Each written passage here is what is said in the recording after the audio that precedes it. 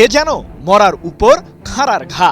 শক্তিশালী ভূমিকম্পের ফলে সর্বস্ব হারানো ভেনেজুয়েলার মানুষ যখন প্রিয়জনদের উদ্ধারে ব্যস্ত, ঠিক সে মুহূর্তে চুরি ডাকাতিতে মেতেছে দেশটির জনগণের আরেক পক্ষ।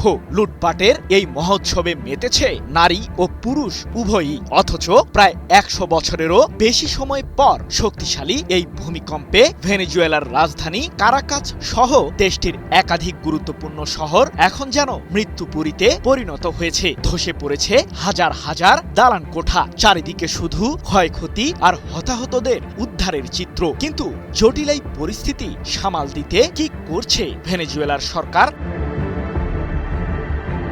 ধ্বংসস্তূপের নিচ থেকে ভেসে আসছে সাহায্যের জন্য মানুষের আর্তনাদের শব্দ। একদিকে জীবন বাঁচাতে আকুতি, আরেকদিকে চলছে লুটপাটের মহোৎসব, যার কারণে কিছুটা দিশেহারা হয়ে পড়েছে ভেনেজুয়েলার আইনশৃঙ্খলা বাহিনীও।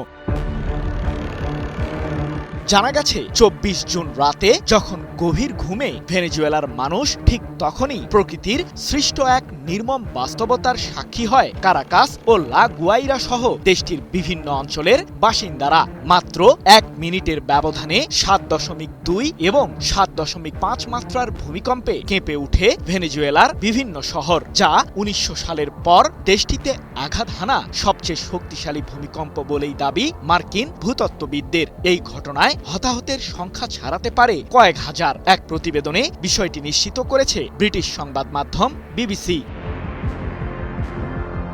তবে এমন ভয়ঙ্কর পরিস্থিতির মাঝেও থেমে নেই চুরি ডাকাতি। ফ্রান্স ভিত্তিক আন্তর্জাতিক সংবাদ মাধ্যম এএফপির বরাতে ২৬ জুন ভারতীয় সংবাদ মাধ্যম ফার্স্ট পোস্ট জানিয়েছে, লা গুয়াইরা অঞ্চলের বাসিন্দারা যখন দুর্যোগ পরবর্তী সময়ে পরিস্থিতি সামাল দেওয়ার কাজে ব্যস্ত, ঠিক তখনই দুষ্কৃতকারীরা লুটপাটের মহোৎসবে মেতেছে। সেই অঞ্চলের ক্যাটিয়া লামার নামের একটি শহরের সুপারমার্কেটগুলোতে অগ্নিকাণ্ডের ঘটনাও ঘটেছে। এ সময় বিভিন্ন পণ্য সামগ্রী চুরি ডাকাতিতে মাতোয়ারা হন বহু নারী ও পুরুষ।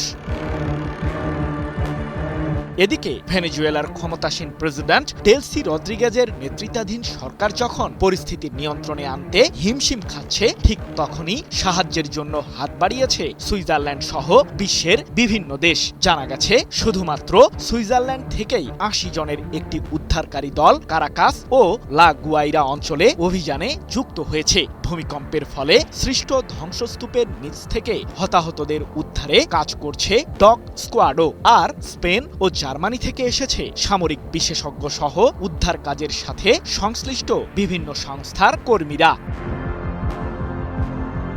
কি বুঝলেন ভাই? অনলি জেডাই চাই।